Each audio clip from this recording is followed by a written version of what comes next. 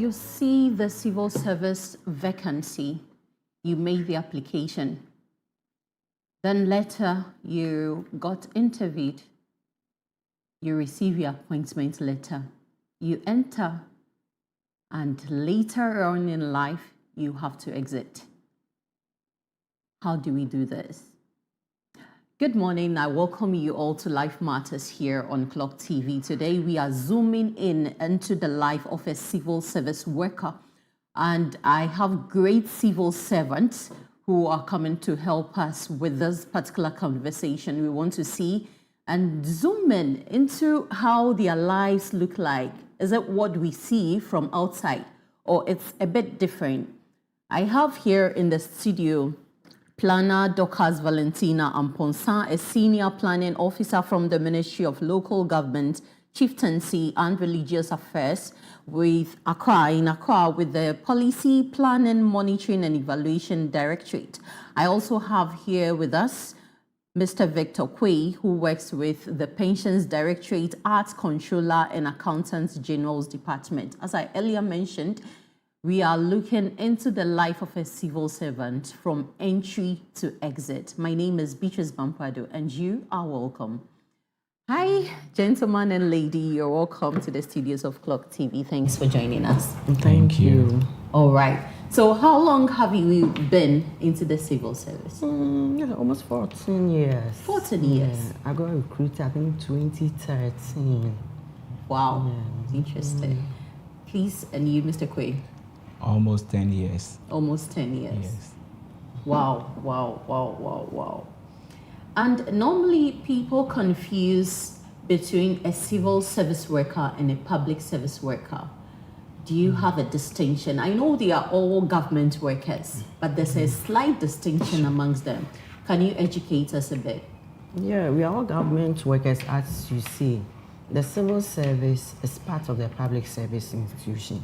If you check article, according to our constitution, 1992 constitution, article 190, the civil service is part of the thing that the civil service operates in the capacity of a civic service. Okay. Unlike the public servant, but we are all paid under the consolidated fund. But the civil service is non-partisan institution. We work or operate under the executive arm of government. You know, as a civil servant, we act on the basis of neutrality, anonymity, and apolitical. Okay. We work directly with the ruling government, but we are all under the government institution. Okay. But we do not publicly declare our political. We vote. Somebody, maybe the further question you asked me that. So that means, are we not? We vote. But we do not publicly declare our political, unlike the public institutions, they can go stand on the for election, then come back to office. We don't do that. We are neutral, non-partisan officers. Okay. All right. So, Mr. Quay, I want to ask you, what are some of the institutions you can mention when it comes to civil service? She clearly distincted between a public service worker and a civil service worker. When we mention civil service, what are some of the institutions or the professionals you can see there? Thank you. Well, under civil service, we have the accounting class, we have the engineering class, we have the planners, we have the records, the admin class, and then we also have the executive class, including the secretaries. Okay. Yes. And then to add to that, as a civil servant, you end up working in the ministries, MMDs, and then the departments. Yes. And we civil servants are the administrative and bureaucratic body that formulates and executes policies for the development of the country. Okay, right. So you work just like the teacher, the doctor, you work just like them. Yes. The distinction, the teacher, the doctor, the nurses come under the umbrella of the public service. Okay. Yes. Okay. But when it comes to the civil service, we are the administrative and bureaucratic body that formulates and executes policies for the development of the country. Okay. Yes, so that's we how are come more you or less. mentioned the accountants, the administrators. Yes. Okay. Yes, we have different classes under the civil service. Okay. Yes. So you manage government's daily businesses. Absolutely. Okay. What things do you do personally that translate into government policies? What personal things do you do in the office that translate into that? Yeah, as a civil servant working in a ministry, our work is basically on heavy paper for policy writing and reviewing, attending meetings to ensure that the government dream comes into realization for nation building. That is what we do.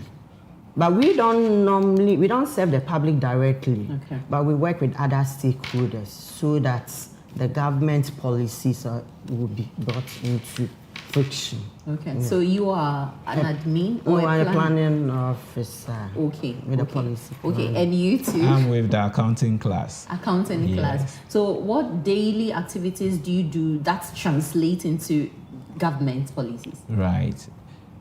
As an accountant or as a senior accountant who works under the Pensions Directorate of Controller and Accountant General's Department, I'm supposed to be a professional, imbibe the objectives of the civil service. I'm supposed to be transparent, honest, and have a sense of duty and responsibility, willingness to take ownership of my responsibilities. Okay. Yes. Okay, so a big accountant we have Right. here, Yes. right? Okay. Now we want to look at the entry. Most people normally say that I've applied like 10 times, I've not even had any call or received any message. That's what we hear out there. What are some of the misconceptions we have or in the civil service? What did you hear before even getting it? No, civil service, when we want to include, under the head of civil service, they do the recruitment because they are responsible for human development, human management. So every recruitment process is done by them. So one day they realize that there's shortage of people as people are retiring, exiting from the service. Then they need to make some replacement. If somebody do not hear that maybe hasn't heard, that means the person wasn't qualified. They put some criteria down. Especially you should be a degree holder when it comes to the professional, and then the SS people under the sub-professional. You should do your national service. Then after that, when there is money, availability of money and vacancy, they do declare that they want to do recruitment. These days, unlike when I was applying, so you pick a form, PS2 form 2 from PSC, you apply, you submit, then you go through interview. But these days, it's not like that. Everything is done online. They put it out there. You go there by e-voucher, you apply, they put the criteria, but then you write an aptitude test, which is logical. This when they have a pass mark, I think 30. If you pass, they shortlist people for interview. If you count the interview, you pass, then you are being absorbed into the maybe posted to any of the MMD, the ministry's department to work with. But if you don't get or maybe hear anything, that means you did not meet the requirements set, or maybe there was a problem with your application. And so there is a need for you to walk into the office, you have client service, or so that you can do a further check on that, so that next time you do the process better. Okay, Yeah. so I wanted to ask how many times you applied before you got in, but we have a video on the process. Let's take a look at this. Will be applicants to apply. It goes through a process. We invite them to, of course, because we have made it very open and we have made it very genuine, we give it to a third person, as in a third institution, a consultant, to run it for us. And it's costly. We charge just a token. Just a recent time that we even increased the amount to 100 cedis. It used to be 50 cedis. And basically, all these monies go straight into the services that the service providers provide for us. It's a consultancy-based assignment, and they charge for that money. So we're talking about opening a portal. when we open a portal, it is hosted by a certain consultant. And then when we are writing the examination too, it is also hosted by another consultant. We have two main consultants that hold the process for us. So as I said, we open a portal, people apply with all the necessary documents, and then it is filtered at a point after the deadline for application has expired. And then we go through another process of sending messages to the applicants to pay a certain amount of money.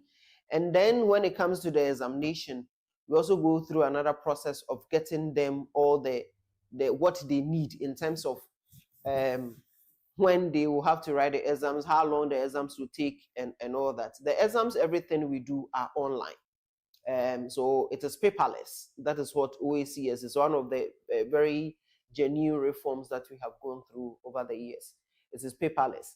I don't know the questions that are set because we take all that through a certain process, so it is there are third people who are not part of the OACS that sets the questions and all that.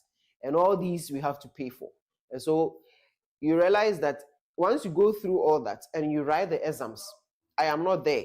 At a click of a button, when you say finish, your scores is brought back to you. And so you know what you have, because before you write the exams, we'll give you all that information, that if you score this, it is failed. If you score this, and once you click finished, it brings you back to you for you to know whether you have failed or you have passed.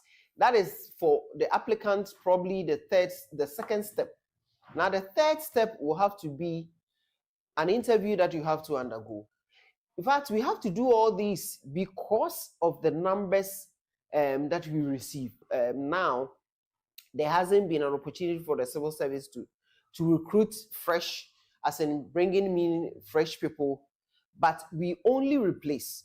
And so before we do that, we write to the Ministry of Finance for what we term as the financial clearance. Simply put, it's just to ensure that the people that you want to bring in, or the people that you are bringing in to replace those that have left, the government has money to pay them.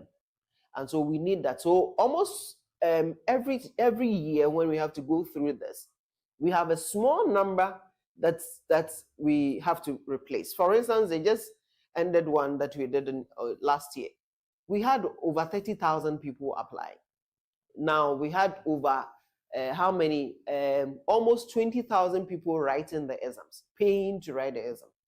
The clearance that we received was just around 400.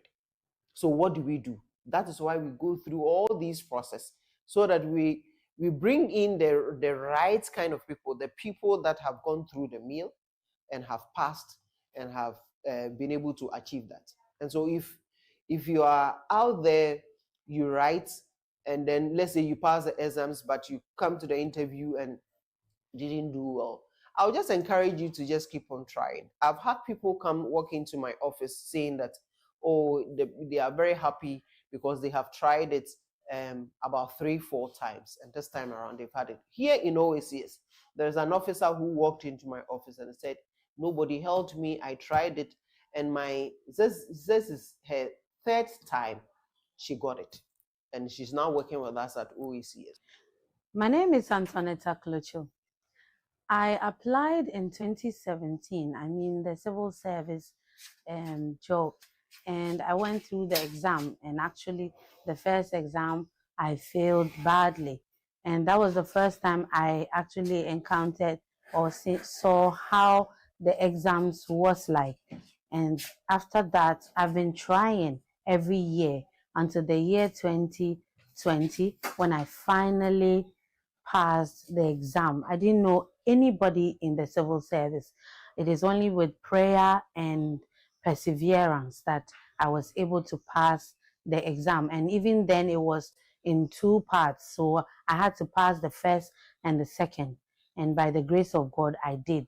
So I'm now an ITIM officer at the Office of the Head of Civil Service, and I'm with the RSIM department working as an IT officer for the past 5 years now. So as I joined the civil service, I realized that the numbers that apply are way past the number that is required. So for those who are trying, keep trying. You would surely get it one day. Do not give up. I persevered and I am here today. And I hope that you would also be here one day. Thank you. So everything we're doing about this is very genuine. It is very open. Nothing is hidden. And once you go through that process, you realize that there is absolutely nothing that is hidden from anybody. There is no third hand manipulating the process. No, as I have indicated. Of course, there are people that will sit behind a machine and all that, but trust me, I have no hand or no staff of OACS has any hand in, let's say, setting the exams, questions, making sure that somebody feels or not. No, it's the system that generates. So once you are able to answer the questions correctly, you get your score, and then you move on to the last phase, which is the interview. And then if God being on your side, you're able to pass, then we call you and give you your letter, and then Yeah, so we had it. How many times did you apply, Madam Valentina? If you want to recall that time. Okay. Actually, during my time, I think I bought the form. I didn't hear from them. Then later on, I was called. I think my second form I bought, and then I was called. I came for the interview. Then I was posted to Pratt. That was my first posting. Pratt. Before later I got converted, came to Plant because I had a development background and I wanted to get it. Yeah. All right. So, Mr. Victor, I know you've heard a lot of such stories that I apply and I don't get anywhere. I don't receive a message. I get into it. I go for interview. I don't qualify. I write the exam. I don't pass. So a lot of story year in, year out. People apply. Have you heard such stories? Do you have an experience to share? Yes, I do. I also entered after my second attempt. Yes, so the advice I have for all students who want to work with the civil service is to keep trying, work at it, and definitely you get there. And you know, the civil service now is an enviable place that most people will want to work in. I mean, for jobs, security, stability, and all the other perks that comes with it. So our advice, you keep working at it, and I mean, when the time comes, you get the opportunity. Thank you. Yeah, so I really wanted to know why people envy them, but you've mentioned that it's because of security. Yes, job security. Yes, job security. Yes. Let's assume you've gotten the appointment letter, you enter. Is there any training they give you before you just fitting into the organization? Yes, there's induction training. Okay. And depending on the ministry or department you end up in, you also do further training. There's also on-the-job training. And then occasionally, officers will be sent to the civil service training school, yes, to broaden their knowledge in their requisite skill. Okay. Yes, occasionally some officers are also sponsored to the universities and other countries to study and come over to impart the knowledge acquired. Okay, so yes. The system doesn't leave you just after entry. There's a development. Progression. Yes, career progression. So can you take us through at what points do you start qualifying for such things? Yeah, when you enter after the orientation to know the in and out of the civil service and your work you are doing, I think it doesn't even take long. Within that year, you can go for training at the civil service school. These days it's online. Either you go in person or you do online, your comfort of your office. Then after 3 years, when I do for promotion, you go for your scheme of service training. Either the civil service after 3 years. Yeah, within 3 years to your next grade. Okay. You know, civil service is hierarchical. We go through the vertical line of this succession, or maybe it's the hierarchy of the civil service is vertical. Meaning it's not all that complex. You start from the entry with the assistant, assistant level, then you rise to the director, or maybe to, if you are lucky, chief director by God's grace. Yeah. So how long does it take you to get to chief director? I think 3 years on every grade. If there is money, finance releases money by the government, or there's vacancy. These days, looking at the number of people we are getting, it's not all that easy. But I will tell the youth or those kind, you have to be patient, take patience. Because you are not patient. Civil service work, it's not unlike other private, everything is done in a rigorous, it goes slow but sure, and you'll be there. You learn through the process. You don't quickly jump through as if, you work, you go everything with patience. By the grace of God, you get to where you want to. Okay. Yeah. So you've entered, you've been oriented. I want to ask, how has the experience been like? You said almost 10 years. How has the experience Well, been? it's been interesting, yes. I'm proud to say I've learned a lot, and I've moved from different departments and agencies. And then I've worked with professionals, yes. So it's interesting, yes. Okay, so I've you learned a mentioned the lot. movement part. Yes. You don't situate at one place for long. Yeah. There's a rotation or something. There's supposed to be a transfer every 4 years. Okay. Yes, postings, yes. From one ministry Yes, to from one another. ministry or And agency maximum to 5 the other. years, minimum 3 years. So that you learn, you get to know the cultural setting and background of other ministry sector. You don't have to stay until you go for pension. So you don't stay at one place for long, right? After 3 to 5 years, you need to be a promotion. When you go for interview, your next grade, you need to post it out. So at least you get attuned and acquainted with other people in that ministry and you know what that setting is all about. Wow. So that you can better do our work. Interesting. So there's development and there's opportunity to Yeah, learn learning from from other other places as well. Yes. And even outside. We get Outside a chance the to country. travel. Yeah. These are some of the reasons why people envy you a lot. Yeah, it's enviable. Yes, but there are some myths that civil servants, when you come to the ministry, they are loitering about, they are walking about. Is that true, or That do is you what hear they'll that say. a Yeah, lot? that is what they say because they don't really know what we do. You know, Okay. as I said, the civil service is not that rigorous, aggressive. Everything is done in a slow and pace. And simply because we don't serve the public directly, they don't really know. No, years back, even my daddy said, oh, when he comes to Accra to visit him and I take time cook for him and when I can tell my boss I close to take care of him. He tells us, whatever, you know, he is from the telecom sector. Okay. You know, for them, Okay. the way they work a lot. Now you don't do anything, you only go read papers. I say, hey. No, I do understand. Recently, I just said, was it because the internet wasn't all that accessible during that time? Because if you want an information, unless you go for the newspaper, that was But these days, if I, as a policymaker, I want any backing or maybe I just go Google online, then pick my information. Then you don't see me coming or maybe the public, but I only work for the government. And at the end of the day, we get results. You see, that is how it's slow, but we still pay. Okay. Yes. So what time do you get to work and what time do you? 8 by all, we're in the office, then 5 p.m. Even sometimes we close beyond Beyond the 7 5 p.m. Yeah, if there are meetings, no, civil servants, meetings there is part of our work. It's mostly meetings, and so that we can really bring the policies and whatever we have into action. Okay. You see, the public needs our help for better development so that they can enrich their lives. So meetings with other stakeholders, but we do collaboration a lot because we don't work alone. We work with other people the public do not see. So you see, the essence of this civil service is very good. I sat behind and said it really put the work of the civil service outside for the public who do not, even somebody may not have even heard of the system of civil service. What do? They just go to the office and they read papers and they're loitering about, or maybe you don't. Sometimes you go to the ministries and you don't even see anybody.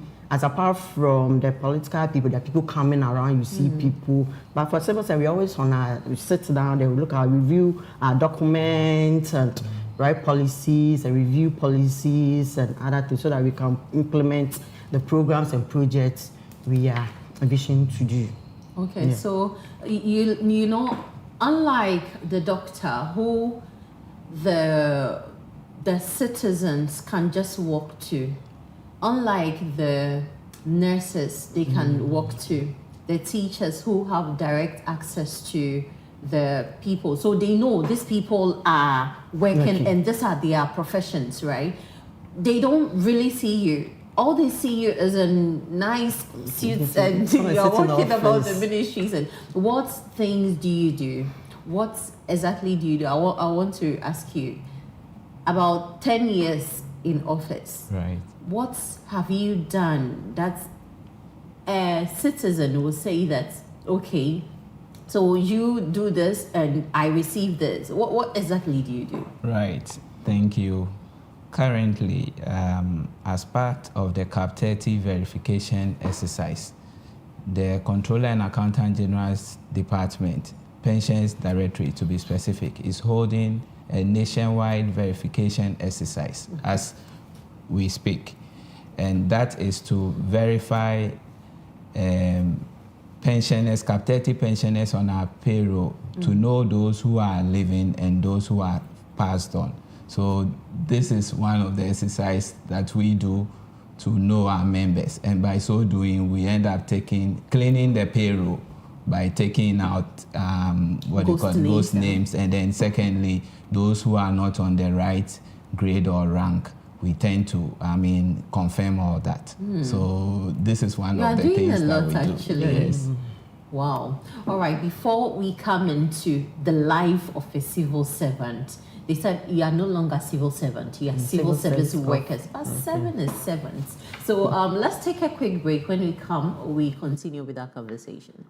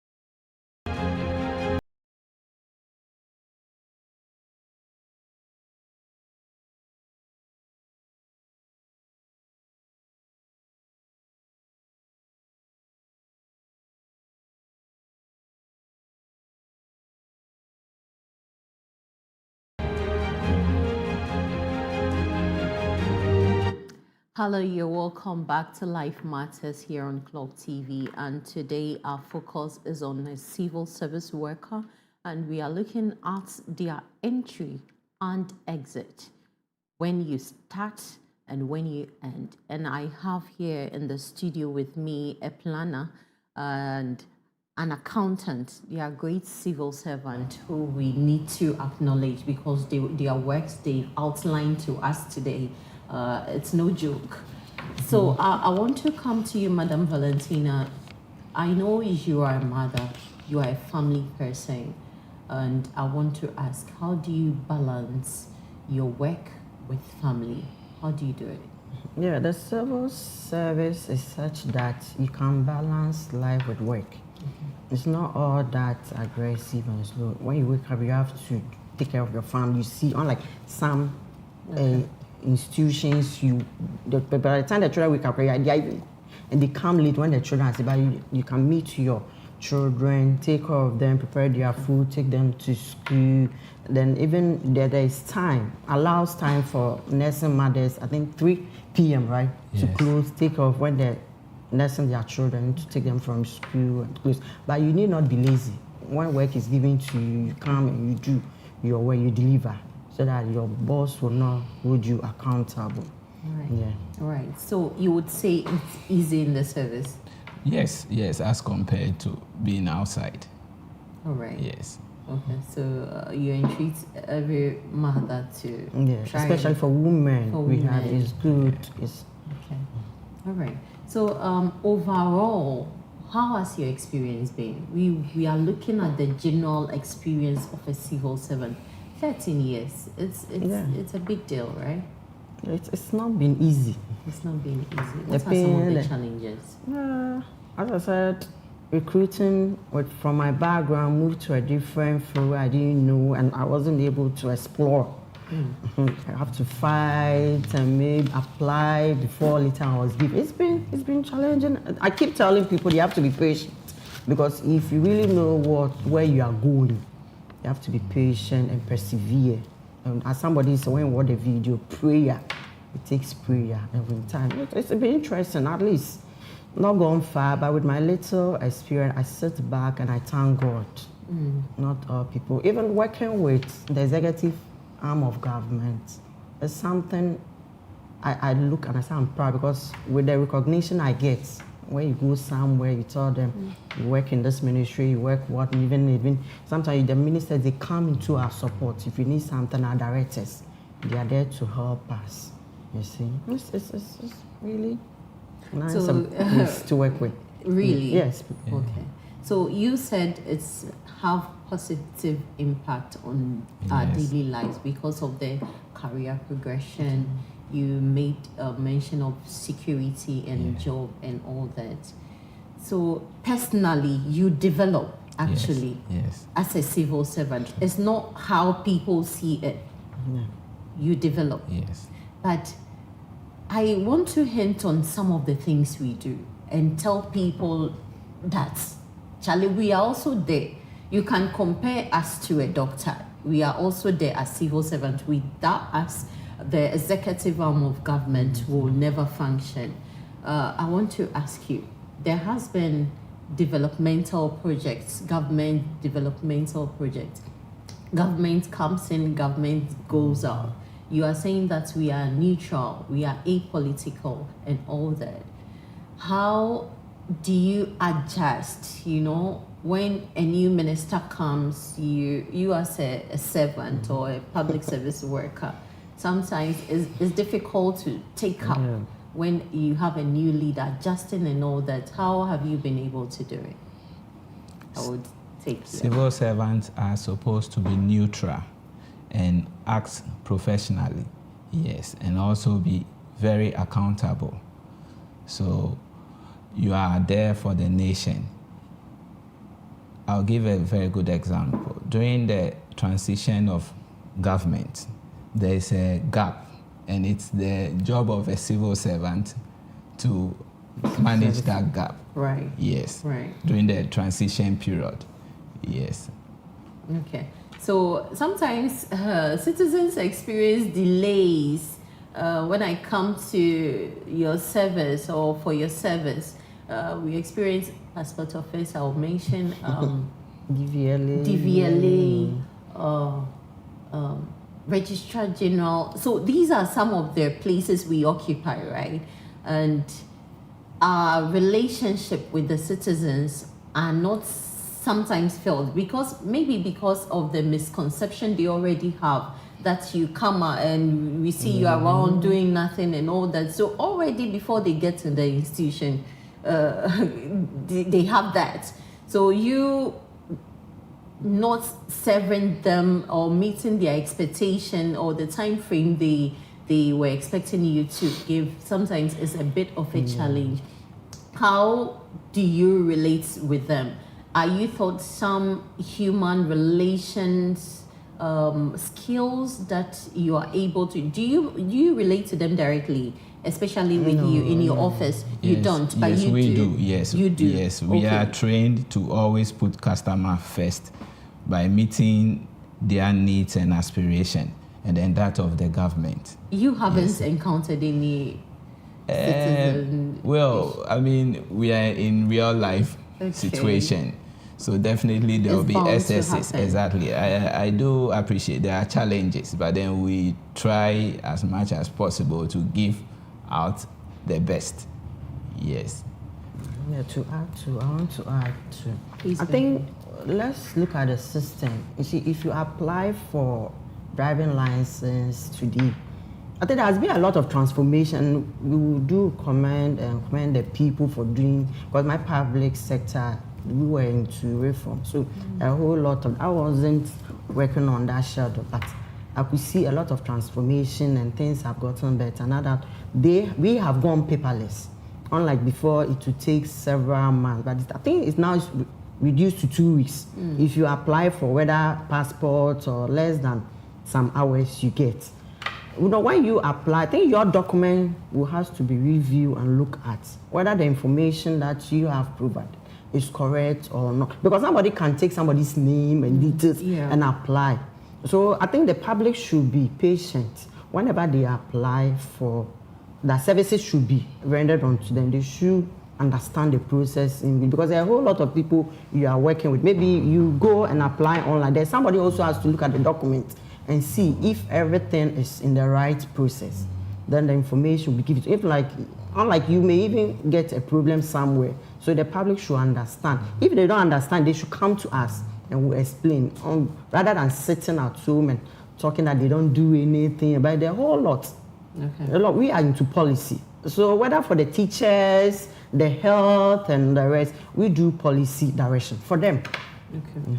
All right. So I wanted to ask you, I think you mentioned earlier that there has been advancement, especially in relation to technology, right? When 13 years ago, I'm not sure what Everything you was meant to manual. say. Yes. So what are some of the key changes you've witnessed in the then civil service worker and now? Yeah, when it comes to our recruitment processes, our promotion, everything is online.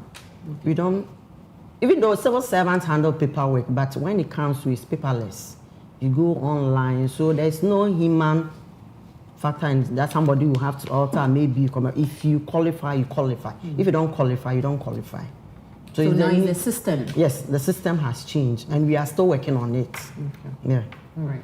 Now, let's look at something we don't normally talk about. At a point in time, we end up thinking about pension. But when you enter, sometimes they tell you to think about your pension and you're like, oh, I'm too young. I don't think I'm supposed to think about pension. But that's a story or that's a conversation you're supposed to have immediately you enter. Yeah. Did you do that? No, it's something we don't want to talk about. No matter what you do, pension will come. Yeah. So at least as we are working, we need to think.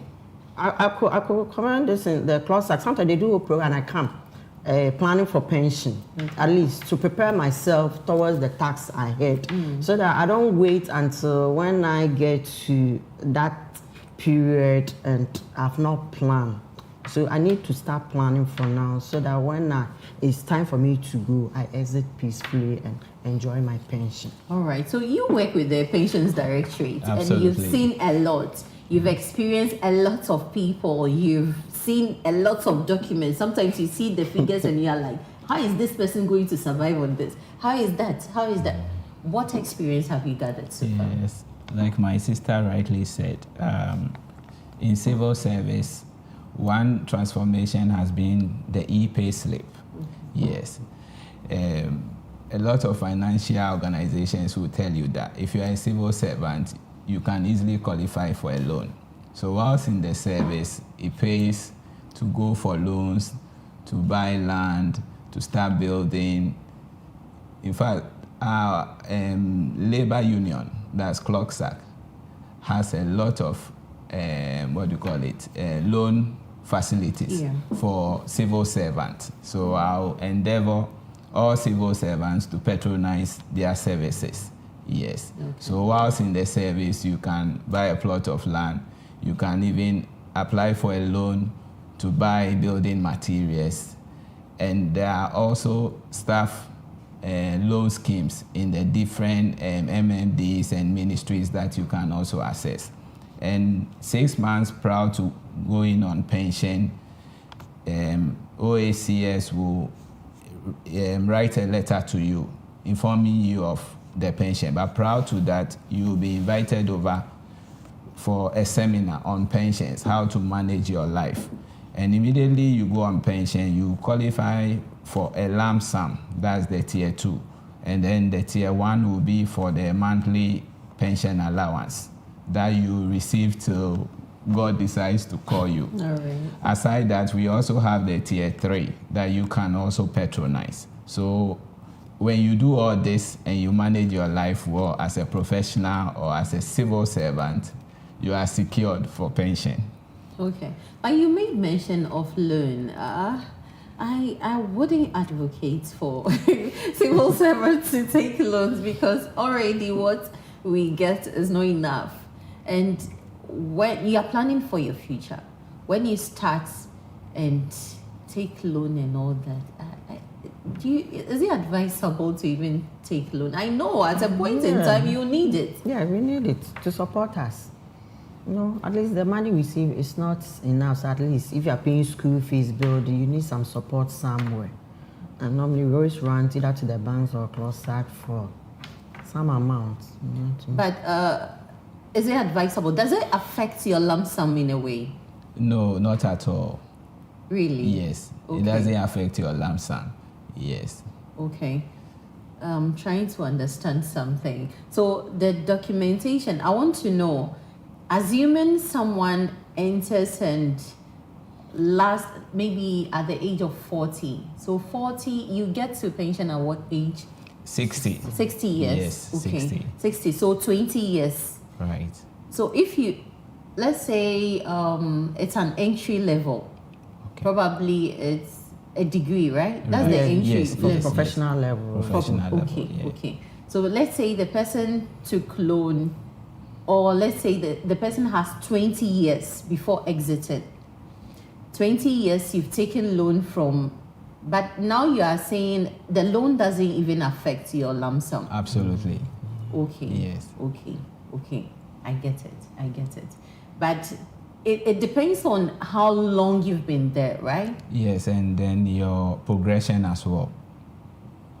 As in a director, a loan that a director or a chief director can apply for.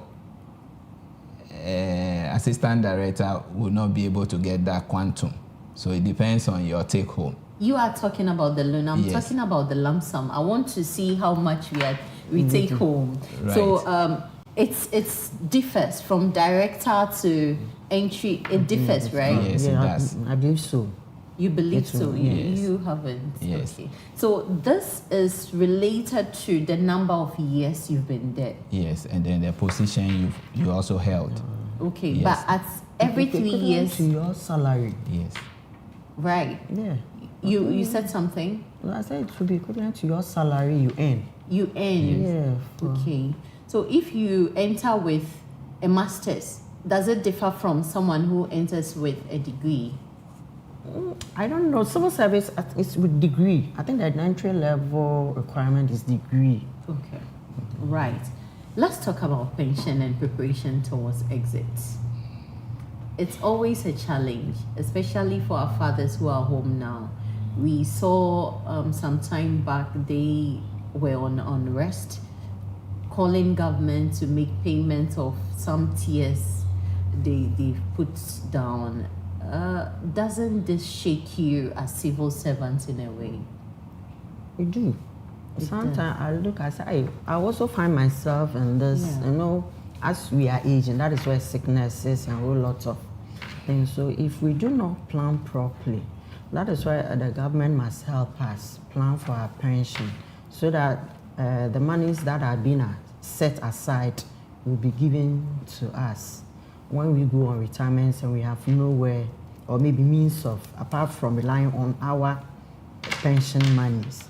Because I look at them and say, oh, why? So it's dawned on me that I have to do something or maybe plan properly or manage what I earn now so that I will not be found wanting in future. Okay. All is in the grace of God because it's not by strength. It's God and the government that can help us get to where we want to go. So I earlier asked about the life of a civil servant because I know when you take out the expenses of the day, you are basically left with nothing. Yeah. So I asked about how you are managing. Do you get any extras anyway? No, sometimes you even have to attend meeting your own pocket money. I was discussing with my colleague when we came that our monies, there should be an improvement. Because unlike if compared to other government institutions, they earn more than us. And we attend meetings a lot. Sometimes it's from all pocket money. And you ask for, they say no money. So what you have to attend a meeting and bring report for the benefit of the country. So you pick dropping. I don't have a car, so sometimes I pick dropping. Our crash situation not be easy. Yeah. We are managing.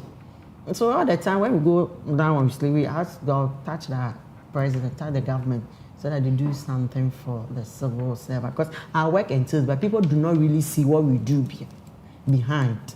With other organization, government, it's the civil service. Because for policy, we can't do without policy. Yeah. Right.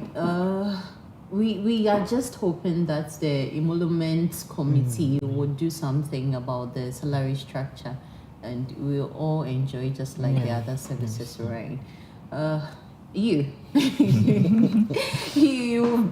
barely talked.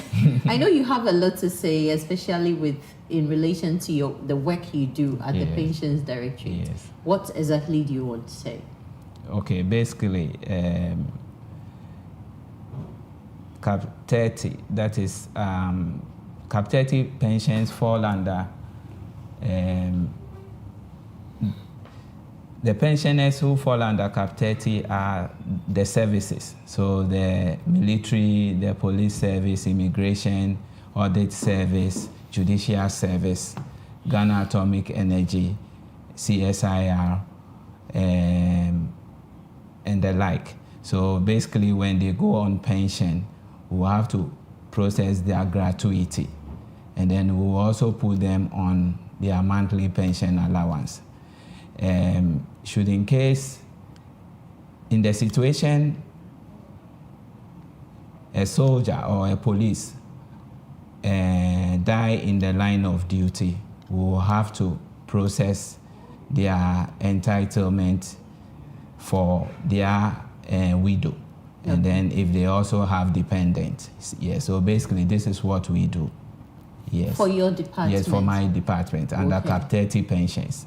So Cap 30 and single spine, like I want to know, is there a difference? Single spine is the pay structure we are on. So that is different from Cap 30. Okay. Yeah, so you, in a way, you can look at Cap 30 and then SNIT pension. So Cap 30 is the pension for those in the services. Yes, and then Article 71 office holders. Yes. When you say I say Article 71 office holders, I'm talking about the executive, the political class. Yes. So Okay. the ex-president and the ex-vice president and the like. Yes. So all these people you've mentioned, the military, I see they are great people, right? Yes, yes. And what they get can't be compared to the ordinary civil service worker. Well, ordinary civil service workers, their pension fall under SNIT. Yes. You know, those in the services, more or less, they fight for the country. You know, they are always in the front line. Okay. And by so doing, they might end up dying or being killed.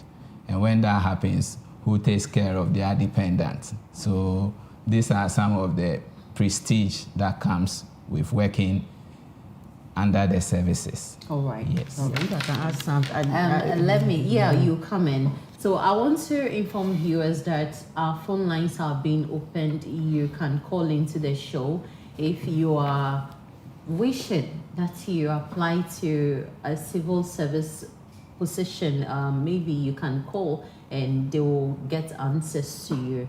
If you are also a parent, you want your child to, this is the opportunity for you to ask the questions you have been waiting for answers, and will do well to bring you answers to those. So the phone lines are open, it's on the screen, and make sure you call into the show. You can also send us messages on the show. Madam, please. Yeah, he was talking about the security, their lives when they go down. No, civil servants, our lives too are also at risk. We do travel. We don't look for information. We do research. Yeah. And so at least we also should be paid a risk allowance. That means, and clothing. Attending meetings, and it's not easy. At least you have to look really good. You don't have to disgrace the civil service. At least if you wear some tattered clothes and people say, one work case, if you ask people who wants to be a teacher, Right. Your comment well noted. I don't Yes. think you I directed don't it have to the the right. answer yet. All right. So pension again. You mentioned Clocksag having different pension institutions that and loan institutions as well, right? Yes, they Clo- have, yes. Okay. Yes, CLOSAC also, what do you call it, have loan, packages that civil servants can apply through hedge pensions fund. Okay. Yes. I want you to take us through the tiers, the various tiers. Okay. Please, can you educate us on Right, that? okay. We first have tier 1. Tier 1 falls under SNIT.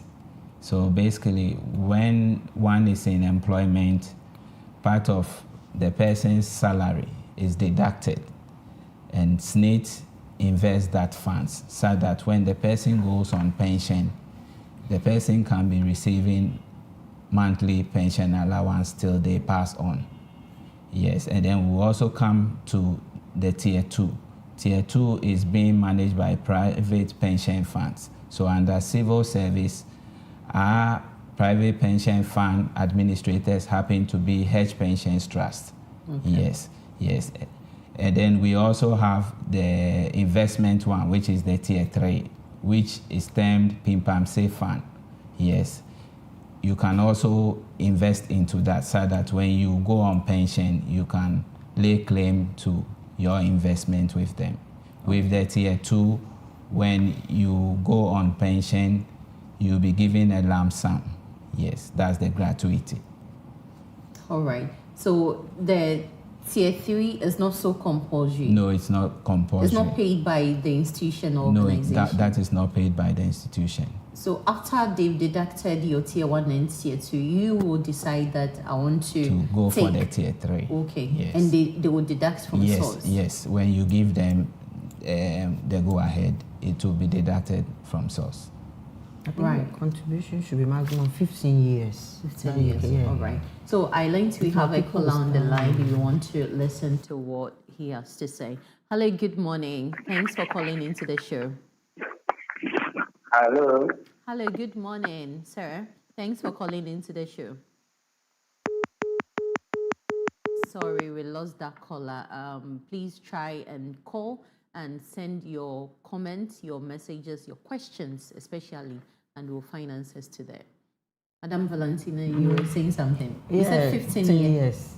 So that people will not start trooping that they want their tier 3. If I may Okay, be right. You have to I think be you have in to the system for. contribute. Yes, with That's regards to contributed the for. tier 3, you can contribute and then you'll be entitled to take your funds after 10 years.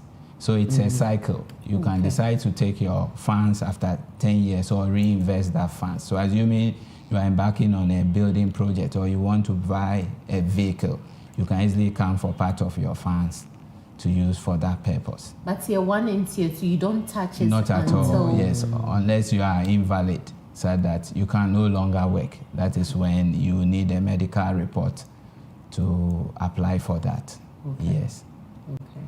So, but you have to plan for your future, right? And I think when you are planning, sometimes we are selfish not to even think about our families. And especially when you want to travel after pension, you want to go and relax, travel outside the country and all that, you won't go alone. So if you are doing 1 and 2, you realize that when you take out your plane ticket and all other expenses, it's not enough. Absolutely. Right. So what other thing we can do is to do the Tier the 3. tier 3. Yes. Okay. Aside these, how can we manage life? Or the system has already secured our future, so everything is fine. No, it's not already secure, but we are managing, as you said. Ghanaians, we are managing, civil service, we are managing what we earn. And so if you do your budget, I said, the accountant will tell you better that if you get to your salary, everything has to do with budget. You budget or you list so that you don't overspend. At least what you use for your tea and tea, you put it aside. What's for food, then you. Okay. Now, let's talk about the celebration. Government has put in place, or the head of the civil service has put in place measures to celebrate you guys because of the wonderful works you are doing. You think you are not recognized, but this is the time you are being recognized. We are celebrating Civil Service Week. Have you engaged in any of the activities so far? Oh yes. You have? Not this Which year. I think last week the floats I was float. part, but Oh, okay. every year since the inception of the service, I do partake. Last I was out for the cooking, Hey. but I was on leave, so I didn't put my name on the cooking. So I told my HR that they have to sign with the people. Sometimes sitting in the office working become boredom, and so you need to go out and stretch. It's part of exercising. At least relieve your mind from things that are not going well. For to me, when I'm bored, I don't want to put my mind in a negative. I go out, refresh myself, get involved in whatever is going on. So at least I'll pass through the service, and the service also pass through me. So that when I go home, I'll have something to tell my children, my grandchildren. So are you saying the service is boring? Oh, sometimes it gets when funds are money is not being released on time. We have a lot of it. Civil service work activities put in quarters. We have first quarter, quarter 1, quarter 2, and then as money is being Hold on there released. for me. I learned our caller is back. Hello, good morning. Hello, good morning.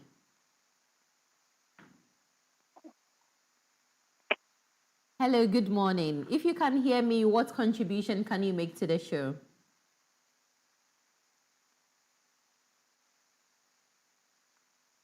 I think we are experiencing some technical challenge. Please try and call into the show. This is something for you. It's an education to the public to know what the civil service is all about. So please call, send your messages as well. Yeah.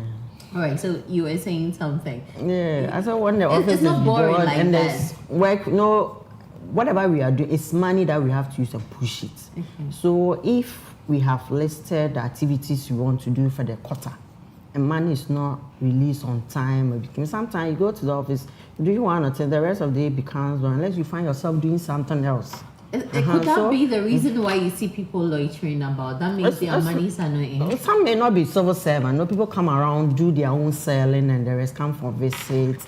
But mostly, when we have things to do, right now, to me, I'm talking on my part, and I'm done with the day's activity, and my boss hasn't called me for the next worked. Then I go out, stretch a bit. As we are in the civil service week, I was there on the float. I had nothing. I've just resumed from my leave. I got HR, madam, I want to be part of this.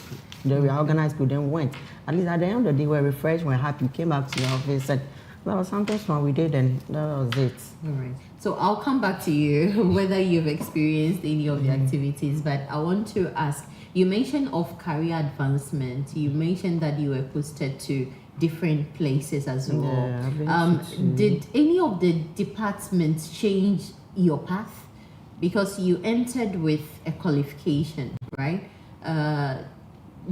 Was your career path the same as the place you went to? No. Doing development studies, and I was put at records. Posted to public sector reform from PRAD, public records and archives. Yes. Yeah.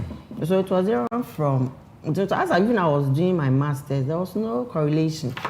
You had a master's in what? I did development. Development. Yeah, so yeah, development management. I did development studies. My master, I did development management. And you were That was posted it. to a place with That was it. records.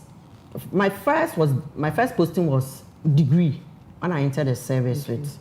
But after some, I wanted to go outside, but with the records, I had schools, but with being on, with scholarship has to do the work you are doing. I was denied scholarships. And so when I further retired the civil service and I was converted, when I had done my master's in 2022, then I was posted to local government, my current institution, and that is what I'm doing in line with mine.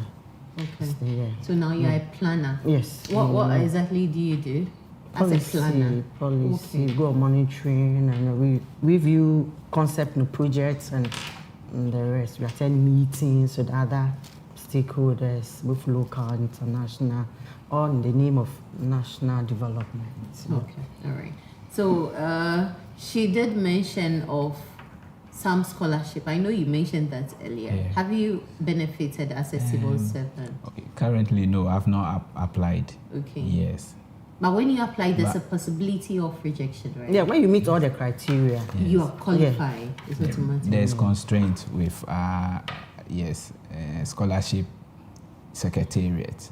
Yes, and if you've read in recent news and stuff, you realize they're going through a lot of challenges. Yes, but then of course some of our colleagues do get scholarships to even study within the country and then abroad as well.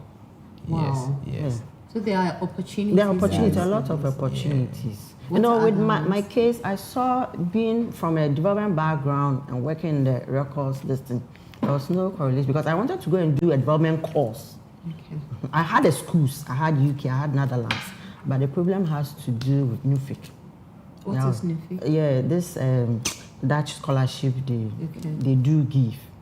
The first application, I think COVID time, I was selected and then I was put on waiting list. Yeah. Okay. And then the second, they said due to the chunk number of this thing. Okay, so government has partnership with some of Yeah. these International international. scholarship, Okay. And when you apply, Yeah, you when you meet meet, all the yeah. criteria, you get into it. Oh, that's interesting. I think I should put in an application. Please do. All right. So aside the scholarship, aside the postings, I want to ask you: have you been posted yet? Yes. You've yes, been posted? Yes, when I first joined the service, I came in as a records officer. Records, Yes, okay. yes, because I read information studies and then psychology in the university. So I was posted to records, public records and archives administration. Yes, so That's part 2. yes, Oh, yes. okay. So we undergone records training over there. Then we were posted to the ministries and then the MMDs. Yes, so I ended up serving in Attorney General, Ministry of Justice and Attorney General. I was then again posted to Chieftaincy. After 3 Yes, years. yes, Ministry of Chieftaincy. Yes. Hey, from Attorney General to Chieftaincy. Yes, I came in as a records officer. So under records class, you can serve anywhere in the ministries, department, or agencies. Yes, so anywhere there's government business, there'll be a need for a records officer to manage the records over there. Yes. So it's always good to have a particular background, right? I believe it's good. It depends what you studied at school. But now we have almost all the classes. You know, during our time, I think there wasn't program and there wasn't plan. I think that was the reason why I was put at this thing. So I think program came around 2015. That plan, I don't know, 17 or 19. Okay, that's Then how that come we you get, got- yes, yes. Okay. Now they have a whole lot of class in the system. I think previously it was only 5 or so. Now they've opened it up and a whole lot of. We have All architects. right, let's talk to our very first caller. Hello, good morning. Hello, good morning. Hello? Yeah, good morning. If you can hear me, what contributions do you have to make? Yeah, can you hear me? Yes, I can hear you, sir. Please go ahead. Hello, Yes, please, can I you hear can me? hear you. Yes. Can you hear me? Yes, please. Okay. My question is directed to the gentleman. I want to ask him whether, I want to ask the gentleman. Please go ahead. Those who fall under defense, civilians who fall under, which are they also part of the Cap 30? Those who fall under defense. All right, your question will be rightly answered. Thank you for calling. Thank you. Yes, some civilian workers of Ministry of Defense form part of Cap 30, but not all. So maybe after the program, I'll leave my contact and then I'll take it up from there. Yes. All right, thank you. Thank you for answering the question. All right, so you were saying that there are opportunities in the service, right? The civil service works so hard for the public. Meanwhile, we don't see it. The life of a civil servant is actually not easy. As you said, you always manage it, but there's always security at the end of the day, right? You're working with patients, but people say civil servants, they actually don't work. I know you do a lot. I know you personally, and I know you are always in the office. You're always doing something. How has life been like? Well, it's been interesting, and I'll say I've learned a lot. I've also grown through, yes, a lot of, experience, the exposure as well. Yes, so I'm a better person, and I'm proud to be called a civil servant. Wow, Yes. wow. All right, so let's discuss appraisal. At what point in time, you said that every 3 years, after every 3 years, you can apply for a promotion. At what point in time do you go for appraisal? Yearly, we do appraisal. We just finished our midterm appraisal. When you say We have planning Mid-year. phase, mid-year. We do for the year. Okay. You know, the appraiser, I think it's put in 3 categories. The planning phase, where we plan the office, every directorate plan what to do for the year. So the course of the year after, during the mid period, we review whether we have embarked on that activity or maybe we carry to the December. So just last 2 years or so, we just finished the mid-year appraisal. So we do yearly. So by the time you go for promotion 3 years, you have had 3 consecutive appraisals for your promotion. What does appraisal come with? Say again. What does it come with? Yes, well, appraiser tells us about what a civil service does, civil servant does. So basically, under the planning stage, you set out, beginning of the year, you set out that this and that is what you are going to do. And then let's say during the mid-year stage, you were posted to a different department or wherever. So for that, your job description or task will have to change. So there will be a need to review that aspect of it. And then at the end, that is in December, we will check against what you set out to do and what you've been able to accomplish. Yes. Who does that? You personally? Or Yourself the- and then bosses. your superior. So there's a point you have to do your entries as to what you intend doing, and then you sit with your superior to agree whether you've been able to accomplish that. So it is your superior that will appraise you. Yes, and then And rate you. yes, Rate Your you. performance. absolutely. And this translates into cash or? No, Basically- performance. The promotion will give you cash, additional, sometimes Yes, more. so during the promotional interview, your appraisal report and stuff will also be there. So the interviewers will also be checking against that. Oh, nice. What do you do? I mean, tell us about yourself. So then they'll also be checking, crossing the T's and then dotting the I's to know that indeed you've been able to do what you set out to do. Wow. Yes. So you do the appraisals every quarter or every year, It's right? here, but it's broken down into Phases. phases. So we have the planning phase, then we have the mid-year phase. So the planning phase is January. The mid-year is in July. We just completed that of the mid-year. So then in December, we'll just do the final one. Okay. Yes, that is where the rating will come in. Okay. Yes. So who gives you the work to be able to ask yourself whether I've accomplished or I've under? Yeah, so in every ministry or in every department or agency, there are more or less, I'll say, job description. So this is a job that you are, as a civil servant, you've been assigned to. So it also comes with roles and duties. So you, at the end of the year, your supervisor will check against what has been assigned to you as to whether you were able to accomplish it. And if you were unable to, there'll be reasons. Perhaps you went on a steady leave, or perhaps due to health or something of that sort. Yes. Okay, so And it's then your if there's- boss who gives you the job Absolutely, description. yes, yes. Okay. So if there are also some recommendation, perhaps you need further training. You set out that you'll be having this training and it didn't come on. So then you will have to add that to the next year's appraisal.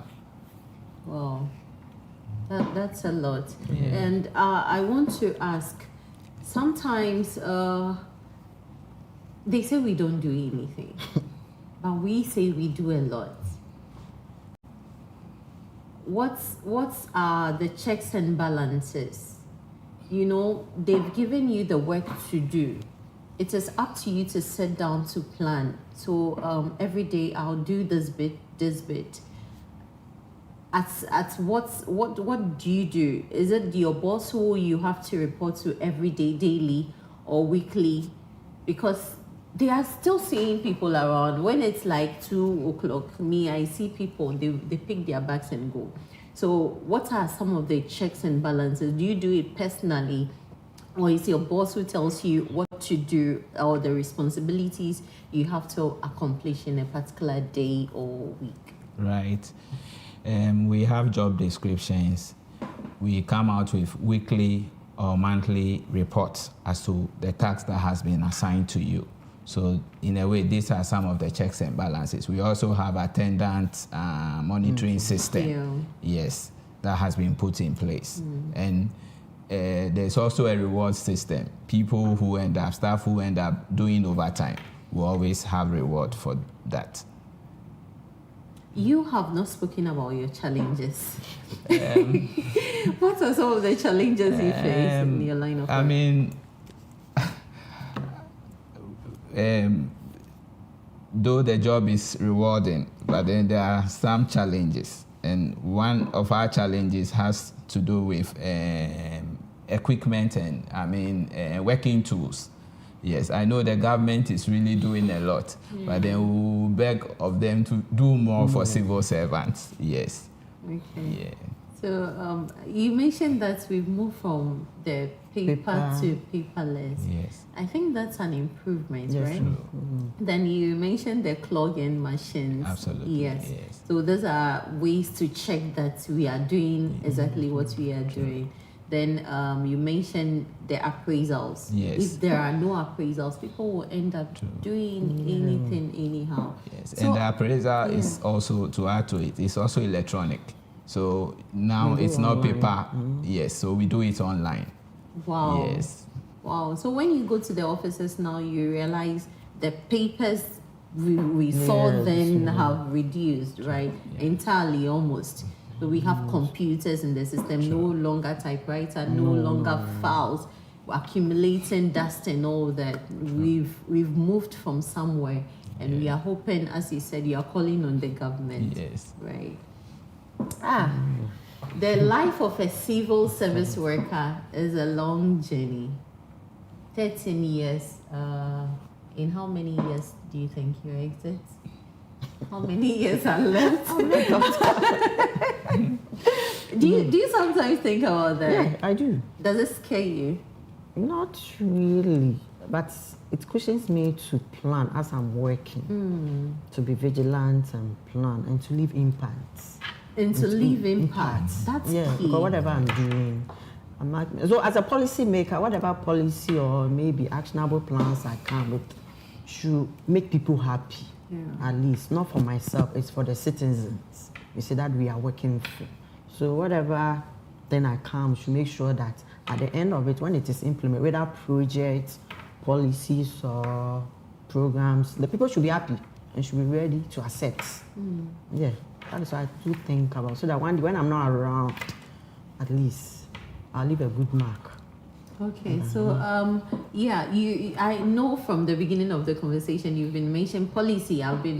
It's kind of a big word, though the letters are few, but it's kind of what really goes into it, especially from your department. Yeah, policy. What do you also, do? yeah. What's the department? It's Ministry of Local government, yeah. Chieftaincy and And religious affairs. religious affairs. Local government, chieftaincy and religious affairs. What exactly does your ministry do? It's a governance policy. We work with the assembly too.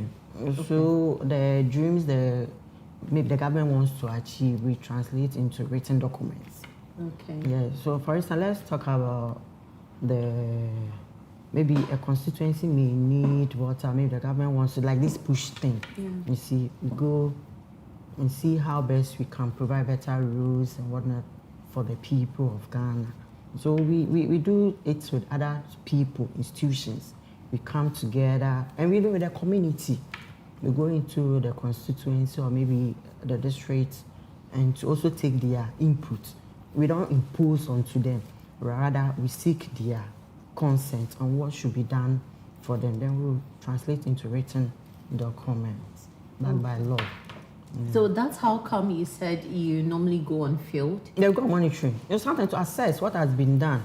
We So don't what just exactly do you monitor and It how do you depends. monitor it? We track every project program. For instance, when we are talking about, I don't know, this whether push or maybe my concern to be, I don't know which project has this sanitation. Let me talk about this sanitation that government. Is it under your Ministry of Local Government?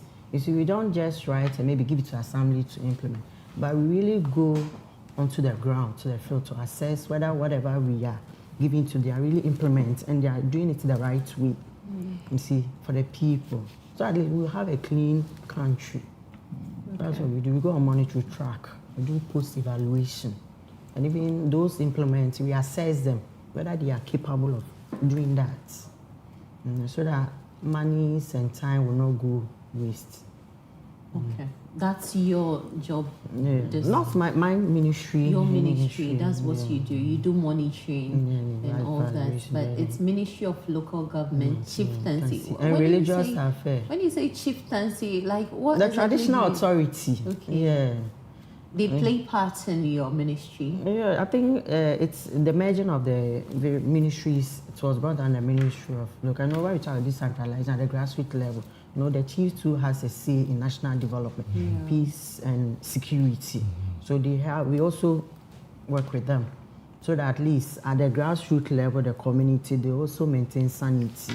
We can't always be there, but at least working with the assembly, they can harmoniously work together so that at least everybody will have the peace and live and do it or go about your duties.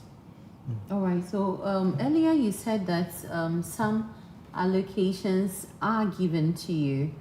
and sometimes it doesn't come early and all that.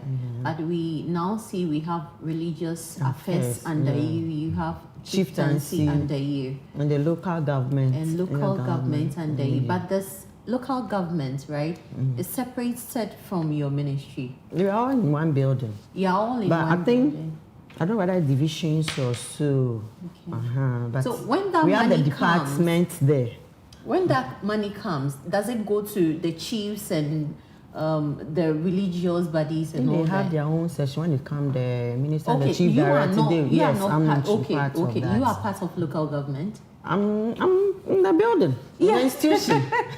Why you can locate me inside the building. But I'm with the policy planning, monitoring and evaluation. We have the local governance directory there. We have several departments in there. Everybody functioning. Okay. Right. So she mentioned that when she's going on, she's thinking about pension.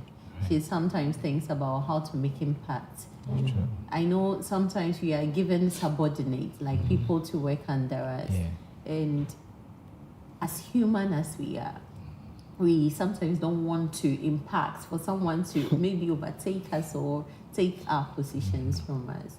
How have you impacted, or what do you think we can do to make impact before we even think about pension? Yeah. I believe we should have an open door policy. Right. Yes, I use myself as an example. When I entered the service, I had seniors or managers and supervisors who were willing to, impart their knowledge. Then, of course, I also advise my colleagues to humble ourselves and be respectful. Some of us might end up having more degrees than our superior, but notwithstanding, they have the expertise. So we should humble ourselves and learn. When we do that, they will be willing to impart whatever skill or knowledge to us. Wow. Humble ourselves and let us be impacted. Yes, and we shouldn't also forget about peer-to-peer reviews. You know, if you don't know anything, you can always ask. There will always be someone there who knows more than you do, so you can share ideas, and then by so doing, you move forward.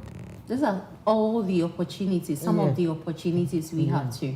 We can get people to monitor us Yes. or mentor us, Yes, right? yes. Yes. Then we can get our colleagues to help us. We just have to open ourselves to the system, Absolutely, yes. right? Please, your last word. We are limited with time. Your last words. Yeah. What I would say, the civil service is an enviable place one can work, but it takes patience and hard work. You see, it's an environment you can, as working, you can go back to school and better yourself for the future. You did not relent or maybe relax. Even if work is not given to or maybe assigned to work now, you can still find something doing whilst working and wait for your turn. You know, the civil service is such that even if you go to school and you need not jump over the hurdle, you follow the process as it is. Yeah. Okay. Hector, your last words. Mine has to do with our motto. That is loyalty, excellence, and service. So I'll admonish all my colleagues to be loyal to their work, show excellence in all they do, and provide service. Thank you. Thank you so much. I thank you for passing through the studios, Madam Valentina and Mr. Quay. Thank you for gracing our studios with your wisdom. And I pray that during the Civil Service Week, you enjoy. You haven't told me your experience, but I'll come to you later in the day for you to tell me. So to our viewers, from entry to training to career progression, workplace experiences, and eventually retirement, the journey of a civil service officer is one that deserves to be understood. As we mark the Civil Service Week celebration, Life Matters took you closer to what the work or the life of a civil service worker is all about. My name is Beatrice Bampado, and I did this with my two beautiful civil service worker. And from their experiences, you know the work of a civil service worker is well deserving. Thank you so much for joining us, and have a blessed week.